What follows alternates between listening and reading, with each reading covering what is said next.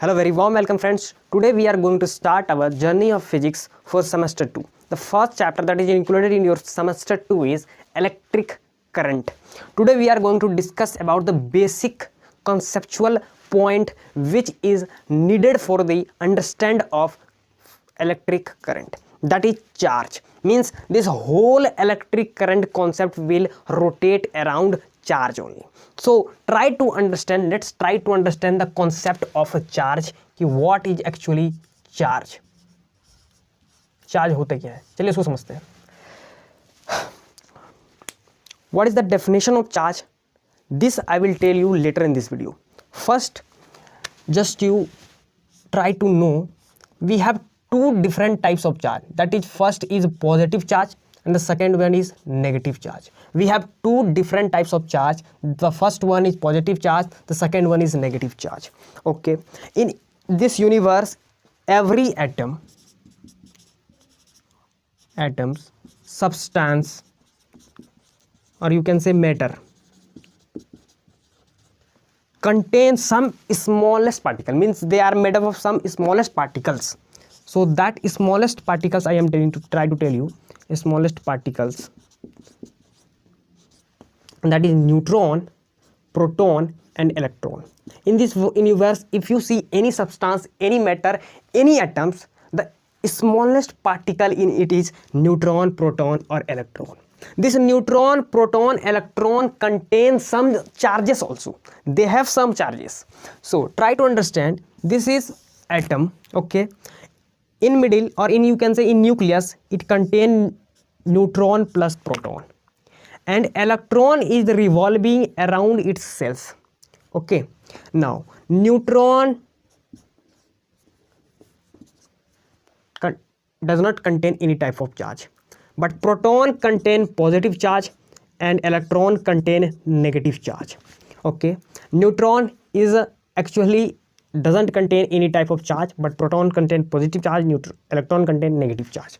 Okay, the second thing what we had seen in our early, previous classes in class 9th, 8th or 7 also, कि when we see any atom, in any atom जब तक उसके अंदर छेड़छाड़ नहीं हुआ है, यानी उसके अंदर हमने कुछ नहीं किया है, उसके अंदर होता क्या है, एक बेसिक सा चीज़ होता है कि नंबर ऑफ प्रोटॉन इक्वल होता है नंबर ऑफ इलेक्ट्रॉन के. This is the basic thing for any substance, any matter और एनी एटम जिसके अंदर कोई तरह का छेड़छाड़ नहीं हुआ है. ये होता है, ये कॉन्सेप्ट है कि जितना इसके अंदर पॉजिटिव चार्ज होगा उतना ही इसके अंदर नेगेटिव चार्ज भी होगा. जितना पॉजिटिव चार्ज उतना ही नेगेटिव चार्ज होता है. ओके, ये हमने जाना. तीसरा चीज़ जो हम जानते हैं वह बताने की कोशिश कर रहा हूँ मैं, कि हमने देखा है कि कोई भी मान लेते हैं इस मैंने छेड़छाड़ किया. कैसे छेड़छाड़ किया मुझे पता नहीं. इस एटम में मैंने छेड़छाड़ किया और इस एटम में मैंने कोशिश की कि नेगेटिव चार्ज में ज़्यादा कर दूँ. नेगेटिव चार्ज में ज़्यादा कर दूँ यानी कि एक्सेस ऑफ इलेक्ट्रॉन इसके अंदर मैं भर देता हूँ. एक्सेस ऑफ इलेक्ट्रॉन के कारण ही होगा. यानी कि देखिए नंबर ऑफ प्रोटॉन क्या है, इक्वल टू रहेगा नंबर ऑफ इलेक्ट्रॉन के, तब तो न्यूट्रल हो जाएगा. लेकिन ये इक्वल नहीं है. इसका मतलब क्या है कि यहाँ पर नंबर ऑफ इलेक्ट्रॉन मैंने बढ़ा दिया है नंबर ऑफ प्रोटॉन के मुकाबले, यानी कि इसमें इलेक्ट्रॉन नेगेटिव चार्ज जो है ज़्यादा कर दिया मैंने. ठीक है, उसी तरह मैं यहाँ पर भी करता हूँ. इस भी एटम के अंदर भी मैंने क्या किया, नेगेटिव चार्ज किसी प्रकार से भी मैंने बढ़ाया, किसी भी प्रकार से इंक्रीज कर दिया मैंने. एक्सेस ऑफ इलेक्ट्रॉन यहाँ पर भी है, यहाँ पर भी number of proton is not equal to number of electron. Here is also number of electron is greater than the number of proton. It means this atom also have negative charge. So what we will see here, when we will try to contact these two atoms in a single frame, when we try to contact it, then it will repel each other. जब ये दोनों को हम contact में लाने की कोशिश करते हैं ना, तो यहाँ पर ऑटोमेटिक फोर्स, ये दोनों एटम के अंदर एक ऑटोमेटिक फोर्स क्रिएट हो जाता है जिसकी वजह से ये रिपल्स हो जाते हैं, एक दूसरे को छोड़ के भागने लगते हैं. ठीक है, उसी तरह अगर आप देखें इसका सिमिलर वाला केस मैं बताता हूँ. इसका थोड़ा उल्टा है, सिमिलर तो नहीं कह सकते. पॉजिटिव हुआ तो वैसा ही कंडीशन यहाँ पर भी होगा, तो सिमिलर ही हुआ. सिमिलर केस, यहाँ पॉजिटिव मैंने भर दिया, यहाँ भी एक एटम के अंदर मैंने वही किया, पॉजिटिव भर दिया. अब दोनों एटम के अंदर मैंने क्या किया, पॉजिटिव यानी प्रोटॉन, मैंने प्रोटॉन में छेड़छाड़ नहीं कर सकता. क्यों मैं प्रोटॉन में नहीं छेड़छाड़ कर सकता हूँ, समझिए किसी भी एटम के अंदर प्रोटॉन जो होता है बाबू, प्रोटॉन जो होता है वो परमानेंट मेंबर होता है, परमानेंट मेंबर, परमानेंट मेंबर। लेकिन जो इलेक्ट्रॉन होता है वो टेम्पररी मेंबर होता है, टेम्पररी मेंबर। इसको आप समझ लीजिए ऐसे। प्रोटॉन का वेट इतना ज़्यादा होता है एज कंपेयर टू इलेक्ट्रॉन कि आप प्रोटॉन में कोई छेड़छाड़ नहीं कर सकते। इलेक्ट्रॉन के वजह से ही पॉजिटिव चार्ज क्रिएट होगा, इलेक्ट्रॉन के वजह से ही नेगेटिव चार्ज भी क्रिएट होता है। प्रोटॉन का कोई कॉन्सेप्ट नहीं रहता है। प्रोटॉन एक परमानेंट मेंबर है, इस पर हमको विश्वास है, इसलिए ये चुपचाप बैठा रहता है। सब जो कहानी चलती है इस इलेक्ट्रॉन पे होता है, क्योंकि इलेक्ट्रॉन बाहरी क्षेत्र में है, ये कभी भी वहाँ से कल्टी मार सकता है, क्योंकि इलेक्ट्रॉन तो यहाँ है, यहाँ से कभी भी कल्टी मार सकता है। इसीलिए जो सारा कॉन्सेप्ट है चार्ज का वो चलता है इलेक्ट्रॉन के अराउंड। प्रोटॉन को भूलिए कि प्रोटॉन की वजह से कोई चार्ज क्रिएट हो रहा है, नहीं सर। चार्ज को क्रिएट कराने में सिर्फ और सिर्फ हाथ होता है इलेक्ट्रॉन का। कैसे पॉजिटिव चार्ज यहाँ पर इंक्रीज होगा वो तो मैं थोड़ी देर बाद बताऊंगा, लेकिन हो गया, चल दे, गलती से हो गया तो वही यहाँ पर भी होगा, यहाँ पर भी क्या होगा, वही चीज़ होगा, एक दूसरे को रिपेल करेंगे। यहाँ पर कंडीशन थोड़ा ये हो गया कि नंबर ऑफ प्रोटॉन बढ़ गया नंबर ऑफ इलेक्ट्रॉन की वजह से। नंबर ऑफ प्रोटॉन क्या बढ़ गया, नंबर ऑफ इलेक्ट्रॉन के कंपेरिजन। इस वजह से पॉजिटिव चार्ज बढ़ ज़्यादा दिख रहा है, इसलिए दोनों एक चार्ज को, एक सिमिलर टाइप ऑफ चार्जेस को हम लोग कंटैक्ट में लाने की कोशिश की तो रिपेल करेगा। ठीक है, इसी का थोड़ा सा अपोजिट वाला कहानी आपको सुनाता हूँ मैं इधर, थोड़ा अपोजिट वाला कहानी। अब मैंने क्या किया, एक एटम के अंदर छेड़छाड़ किया, उसके अंदर मैंने नेगेटिव चार्ज को बहुत ज़्यादा भर दिया, नेगेटिव चार्ज को मैंने बहुत ज़्यादा भर दिया, और एक एटम में छेड़छाड़ किया मैंने पॉजिटिव चार्ज को बहुत ज़्यादा भर दिया। ठीक है, मैंने छेड़छाड़ किया, यानी इसमें क्या है, एक्सेस ऑफ इलेक्ट्रॉन है, और इसमें जो है इलेक्ट्रॉन की जो नमस्त है मैंने उसको डिक्रीज कर दिया। सारा काम प्रोटॉन पे कुछ नहीं होता, नंबर ऑफ इलेक्ट्रॉन को मैंने डिक्रीज कर दिया, यानी ऑटोमेटिकली प्रोटॉन ज़्यादा हो गया होगा। प्रोटॉन मान लेते हैं इसके अंदर 5 था, इसके अंदर भी 5 था, इलेक्ट्रॉन इसके अंदर एक्सेस, यानी इलेक्ट्रॉन मैंने भर दिया। यहाँ से इलेक्ट्रॉन निकाल दूंगा, इलेक्ट्रॉन की संख्या वैसे ही घट जाएगी, तो प्रोटॉन वैसे ही बड़ा हो जाएगा, डोमिनेंट हो जाएगा इलेक्ट्रॉन के ऊपर, हावी हो जाएगा नेगेटिव के ऊपर, तो यहाँ पर पॉजिटिव चार्ज वैसे भी बढ़ जाएगा। ठीक है, अब देखा मैंने कि जब ये दोनों को कॉन्टैक्ट में लाने की कोशिश किया मैं, तो क्या होता है, यहाँ ये दोनों अट्रैक्ट कर लिए, कॉन्टैक्ट में हमको ज़्यादा कुछ नहीं करना पड़ा ऑटोमेटिक, और ये दोनों के पास एक फोर्स क्रिएट हो गया। वो फोर्स क्रिएट क्यों होता है, देखिए ऐसे नेगेटिव नेगेटिव है, यानी कि दो अनलाइक चार्ज, यहाँ पर कैसे थे, दो अनलाइक चार्ज, दो अलग अलग तरह के चार्ज थे ना, एक नेगेटिव था एक पॉजिटिव था, और यहाँ पे क्या था, दो लाइक चार्ज, यहाँ हमारे क्या था, दो लाइक चार्ज। हमको क्या देखने को मिला कि चार्ज की वजह से भी कुछ हो रहा है सर। चार्ज की वजह से क्या हो रहा है, चार्ज की वजह से क्या हो रहा है, एक तो फोर्स देखने को मिल रहा है, एक पुश और पुल देखने को मिल रहा है। यहाँ पे रिपल वाला, यानी एक दूसरे को दूर भगा रहे हैं, और यहाँ पर एक दूसरे को अट्रैक्ट कर रहे हैं, यानी किसी चीज़ को दूर भगाने के लिए भी फोर्स चाहिए, किसी चीज़ को पास लाने के लिए भी फोर्स चाहिए। यानी इस चार्ज के कारण, इस चार्ज के कारण कुछ तो हो रहा है सर। इस चार्ज के कारण क्या हो रहा है, एक फोर्स क्रिएट हो रहा है। क्या क्रिएट हो रहा है, फोर्स क्रिएट हो रहा है। उस फोर्स को हम एक अलग नाम देते हैं, क्योंकि वो चार्ज के कारण क्रिएट होता है, इसलिए उसका नाम होता है इलेक्ट्रोस्टैटिक फोर्स। इलेक्ट्रोस्टैटिक फोर्स, इसका भी दो नेचर होता है, हमने देखा, एक तो अट्रैक्टिव वाला नेचर होता है। अट्रैक्टिव वाला नेचर इसका एक्टिवेट कब हो जाता है सर, अट्रैक्टिव वाला नेचर इसका एक्टिवेट कब हो जाता है, जब अनलाइक चार्ज हो जाए एक साथ, इसको कैसा चार्ज दिख जाए, अनलाइक चार्ज दिख जाए, तो इसका जो है अट्रैक्टिव वाला नेचर एक्टिवेट हो जाता है। अगर इसको रिपल्सिव वाला नेचर शो करना है, यानी ये रिपल्सिव वाला नेचर को एक्टिवेट होना है, तो क्या होना होगा, लाइक चार्ज को आना होगा। लाइक चार्ज दिख जाएंगे तो क्या हो जाएगा, एक्टिवेट हो जाएगा रिपल्सिव वाला नेचर इलेक्ट्रोस्टैटिक फोर्स का। यानी चार्ज के कारण क्या क्रिएट हुआ सर, एक फोर्स क्रिएट होता है जिसको बोलते हैं इलेक्ट्रोस्टैटिक फोर्स, जो कि दो नेचर में होता है, एक तो अट्रैक्टिव नेचर में, एक रिपल्सिव नेचर में। अट्रैक्टिव कब क्रिएट होगा, जब अनलाइक चार्ज उसको दिख जाए, दो अनलाइक चार्ज दिख जाए, 5 अनलाइक चार्ज दिख जाए, अनलाइक चार्ज उसको दिखना चाहिए, लाइक चार्ज के बीच में रिपल्सिव फोर्स क्रिएट हो जाएगा। सिंपल सी लॉजिक सी बात है। चलिए कॉन्सेप्ट समझने की कोशिश करते हैं अब कि चार्ज होता क्या है सर। अब मेन मुद्दा आते हैं, ये जिसके लिए एक्चुअली आप वीडियो देख रहे हैं, मेन मुद्दा बताइए सर, चार्ज होता क्या है। देखिए सर, चार्ज का कोई डेफिनेशन नहीं है, चार्ज का कोई डेफिनेशन नहीं है। क्यों नहीं है सर, मैं उसको बताता हूँ। देखिए, चार्ज जो है एक फंडामेंटल प्रॉपर्टी है। क्या है, fundamental property, fundamental property of matter. Charge क्या है, फंडामेंटल प्रॉपर्टी है मैटर का, यानी किसी पदार्थ का ये फंडामेंटल प्रॉपर्टी है। इसी चीज़ को आप लोग बोल सकते हैं इंट्रिंसिक या क्या बोल सकते हैं इंट्रिंसिक प्रॉपर्टी, दोनों चलेगा। फंडामेंटल बोलिए या इंट्रिंसिक प्रॉपर्टी, ये क्या होता है? फंडामेंटल या प्रॉपर्टी या इंट्रिंसिक प्रॉपर्टी क्या होता है? इसका डेफिनेशन ये है, charge is a fundamental property of matter और intrinsic property of a matter. What it mean sir? इसका मतलब ये है बालक कि मैटर के अंदर उसका खुद का एक आंतरिक शक्ति मान लेते हैं या भगवान का दिया हुआ एक ताकत है जिसको हम लोग चार्ज बोलते हैं। क्या बोलते हैं? जिस पर आप रिसर्च नहीं कर सकते, जिस पर आप रिसर्च करके नहीं बता सकते चार्ज आखिर है क्या, चार्ज किससे बना है, इस पर आप रिसर्च नहीं कर सकते। वो भगवान देता है, वो भगवान दे दिया इसको, ठीक है, भगवान दे दिया, इसको ऑटोमेटिकली इंटरनली इसके पास है, उसको बोलते हैं फंडामेंटल प्रॉपर्टी। इसी तरह का एक और फंडामेंटल हमारे पास प्रॉपर्टी होता है जिसको बोलते हैं मास। क्या बता सकता है मास किससे बना है? कोई नहीं बता सकता। इस पर रिसर्च कर सकते हैं क्या? नहीं कर सकते। क्या है मास, किस पार्टिकल से बना है मास, ये कोई नहीं बता सकता सर, कोई नहीं बता सकता। ये भी एक फंडामेंटल प्रॉपर्टी है मैटर का या इंट्रिंसिक इंटरनल प्रॉपर्टी है मैटर का, जो कि खुद ब खुद है उसके पास। इस पर आप लोग नहीं रिसर्च कर सकते, कुछ नहीं कर सकते sir. Just you have to know this is a fundamental property of matter. तो ओवरऑल कॉन्सेप्ट चार्ज का यही होता है। चार्ज बेसिकली यहाँ पर चलता है। देखिए ये चार्ज जो होता है ना, ये चार्ज हमेशा ही इंडिपेंडेंट होता है। क्या होता है? हमेशा ही इंडिपेंडेंट होता है। इंडिपेंडेंट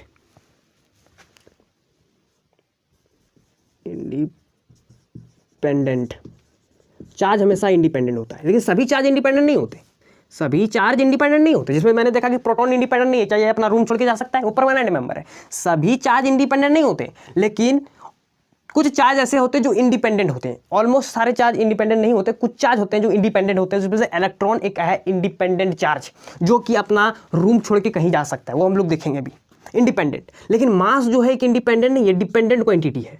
क्या है ये किसी चीज़ पर डिपेंड करता है, डिपेंडेंट है। ये इंडिपेंडेंट है, ये किसी पर डिपेंड नहीं करता कि आपका अगर स्पीड कम हो गया या आपका कुछ और कम हो गया किसी एटम का तो ये चार्ज कम हो जाएगा, ऐसा कुछ नहीं। चार्ज एक इंडिपेंडेंट प्रॉपर्टी है। इस मामले में ये इंडिपेंडेंट है, लेकिन मास डिपेंडेंट है। मास जो है किस पर डिपेंड करता है बता देता हूँ मैं आपको। This is not your syllabus but you try to gain it. Speed of body पर मास डिपेंड करता है, स्पीड ऑफ बॉडी पर। मास किस पर डिपेंड करता है सर? स्पीड ऑफ बॉडी पर डिपेंड करता है। आपने एक इक्वेशन क्लास 9th का फर्स्ट लॉ ऑफ जो मोशन था उसके अंदर पढ़ा होगा, जब मोमेंटम दिया हुआ, जहाँ पर टॉपिक मोमेंटम स्टार्ट होता है उसके नीचे देखिएगा डब्बा बना हुआ है, वहाँ पे स्टार मार के दिया हुआ है कि m is equal to m0 1/v² by root under c², root under 1/v² by c²। अब ये है क्या सर? एक्चुअली ये m है यहाँ पर एक्चुअल मास। m क्या बता रहा है यहाँ पर? एक्चुअल मास बता रहा है। m0 क्या बता रहा है सर? रेस्ट पोजीशन पर mass, rest mass of a body. v क्या है? Speed of a body, speed of body. और यहाँ जो c क्या है sir? This is nothing but ये स्पीड ऑफ अ लाइट।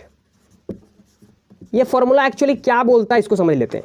ये बोलता है सर कि किसी भी ऑब्जेक्ट या किसी भी बॉडी का अगर स्पीड करीब करीब लाइट का स्पीड से यानी 3 × 10⁸ मीटर पर सेकंड के लगभग अप्रॉक्स में घूमे, चारों बगल घूमने लगे, तो उस मास का जो उस बॉडी का जो एक्चुअल मास होता है सर वो थोड़ा सा घट जाता है, डिक्रीज कर जाता है। इसका एग्जाम्पल हमने क्लास 9 में पढ़ा था रॉकेट वाला। जब रॉकेट जाता है तो कुछ उसके फ्यूज भी घटते हैं और स्पीड जो उसका बहुत बढ़ता है। जैसे जाता है स्पीड करीब ना करीब उसका स्पीड ऑफ लाइट के आसपास घूमने लगता है, इस वजह से उसका मास डिक्रीज हो जाता है सर।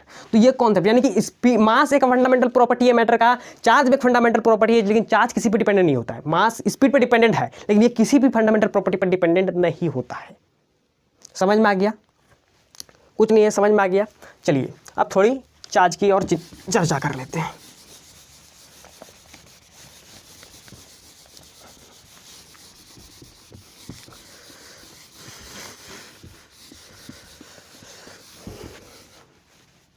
देखिए अब बात करते हैं चार्ज को हम लोग रिप्रेजेंट कैसे करते हैं। चार्ज का सिंबल क्या है? चार्ज का सिंबल देखते हैं। Symbol symbol symbol symbol Q से रिप्रेजेंट किया जाता है इसको, ठीक है। चार्ज का सिंबल है क्यू। अब इसकी एसआई यूनिट की बात करते हैं कि इसका एसआई यूनिट क्या है। इसका एसआई यूनिट क्या है? कूलम है इसका एसआई यूनिट। कूलम इसका एसआई यूनिट है जिसको हम लोग सी से रिप्रेजेंट करते हैं। This is coulomb. Okay, this is the symbol, this is the SI unit. अब बात करते हैं चार्ज किस प्रकार का क्वांटिटी है। एक वेक्टर क्वांटिटी है या स्केलर क्वांटिटी है। चार्ज वेक्टर क्वांटिटी नहीं है बल्कि चार्ज स्केलर क्वांटिटी है। चार्ज में डायरेक्शन मेंशन नहीं है, इलेक्ट्रॉन कहीं से भी निकल सकता है, लेकिन मैग्नीट्यूड है, डायरेक्शन नहीं है, इसलिए बोलते हैं स्केलर क्वांटिटी। देखिए वेक्टर और स्केलर क्वांटिटी होने के लिए वेक्टर लॉ फॉलो होना चाहिए। वेक्टर क्वांटिटी होने के लिए वेक्टर क्वांटिटी कोई भी मैग्नीट्यूड और डायरेक्शन पर डिपेंड नहीं करता, बल्कि वेक्टर लॉ पर डिपेंड करता है, किस तरह से आप उसका एडिशन वेक्टर एडिशन पर डिपेंडेंट करता है। तो जो एक्चुअली में अभी यहाँ पर आपको समझना है कि चार्ज जो होता है एक्चुअली वो क्या ऐसा क्वांटिटी होता है, स्केलर क्वांटिटी होता है। समझ में आ गया? चार्ज कैसा क्वांटिटी होता है सर? स्केलर क्वांटिटी होता है। एकदम क्लियर है? हाँ, एक टॉपिक है जो आपके सिलेबस में नहीं है लेकिन उसको जाने बिना मजा नहीं आएगा, that is conservation of charge. Charge का कंजर्वेशन क्या होता है? जिस प्रकार का एनर्जी कंजर्वेशन हुआ था कि energy neither be created nor be destroyed but it can only be transform from one body to another body, वही कॉन्सेप्ट यहाँ पर भी है। Charge can also neither be created nor be destroyed but only can be transferred from one body to other. This is the thing, conservation of charge, यानी charge को आप create नहीं कर सकते, चार्ज को आप डिस्ट्रॉय भी नहीं कर सकते। चार्ज एक बॉडी से दूसरे बॉडी में ट्रांसफर करा सकते हैं। चार्ज को आप क्रिएट नहीं कर सकते, चार्ज को डिस्ट्रॉय भी नहीं कर सकते, चार्ज को ट्रांसफर करके सब काम करा सकते हैं। चार्ज ट्रांसफर किया जा सकता है, क्रिएट या डिस्ट्रॉय नहीं किया जा सकता है। बेसिक यही कॉन्सेप्ट है इसका। समझ में आया? चलिए अब बात करेंगे थोड़ी इसकी क्वांटिटी को लेकर। चार्ज का एक क्वांटिजियम प्रॉपर्टी होती है, ठीक है, उसको समझने का प्रयास करेंगे। जो अभी मैंने बताया ना कि कैसे चार्ज बढ़ गया, पॉजिटिव चार्ज कैसे हो गया, नेगेटिव चार्ज कैसे हो गया, उसको समझते हैं। ठीक है, इस दुनिया का जो स्मॉलेस्ट इंडिपेंडेंट जो चार्ज होता है सर, वो एक इलेक्ट्रॉन का होता है, जो कि इक्वल टू होता है 1.67 × 10⁻19 कूलम का।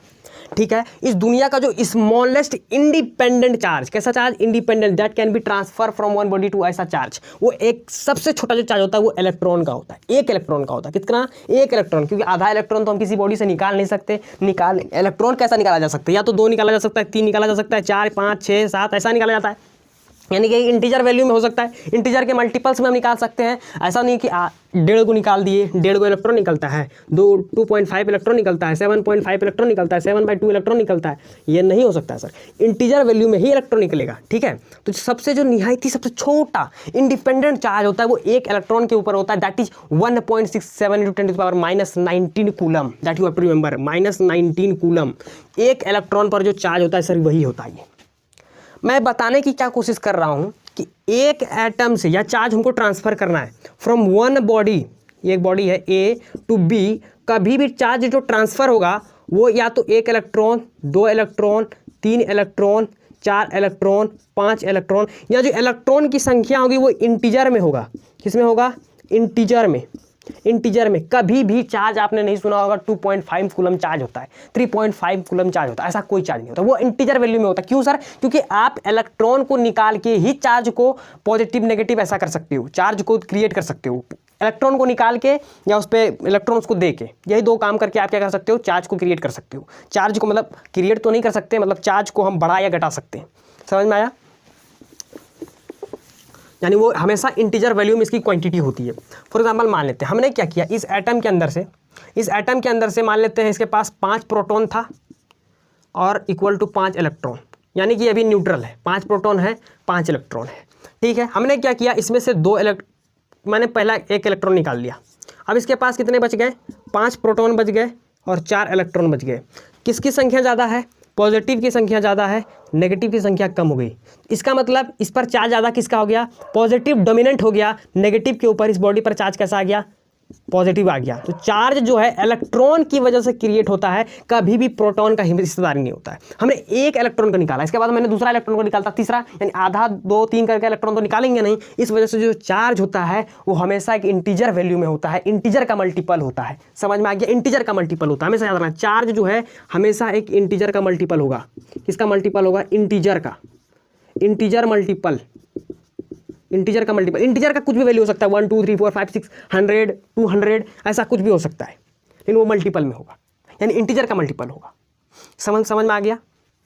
ये बात समझ में आ गया? अब देखिए इसके लिए चार्ज का एक फॉर्मूला दिया हुआ है कि चार्ज कैसे निकालेंगे। Q is equal to plus minus n into e. Basic सा फॉर्मूला है, समझ में आ गया होगा। यहाँ पर जो Q है वो क्या रिप्रेजेंट करता है? वो चार्ज को रिप्रेजेंट करता है। इसको रिप्रेजेंट करता है, चार्ज को रिप्रेजेंट करता है। यहाँ पर n क्या रिप्रेजेंट करता है? इंटीजर वैल्यू को रिप्रेजेंट करता है, कोई भी इंटीजर वैल्यू, कोई भी इंटीजर वैल्यू। और यहाँ e क्या रिप्रेजेंट करता है कि कितना नंबर ऑफ इलेक्ट्रॉन गया, जितना नंबर ऑफ इलेक्ट्रॉन उतना इतना चार्ज, इतना कूलम। ठीक है, एक इलेक्ट्रॉन पर इतना कूलम, वो नंबर ऑफ इलेक्ट्रॉन को रिप्रेजेंट करता है। ये चार्ज निकालने का तरीका है, ये चार्ज निकालने का तरीका है जो समझ में आ गया होगा आपको। This is the basic concept, this is the all about the basic concept. इससे आगे नहीं जानना, इतना काफ़ी है, इतना काफ़ी है सेमेस्टर 2 में मार्क्स स्कोर करने के लिए। चार्ज से, चार्ज कॉन्सेप्ट से जो मार्क्स आने वाले हैं उसको स्कोर करने के लिए इतना कॉन्सेप्ट काफ़ी है। समझ में आ गया? मिलते हैं नेक्स्ट वीडियो में जहाँ हम लोग डिस्कस करेंगे करंट के बारे में। ठीक है, थैंक यू वेरी मच। जय हिंद, जय भारत।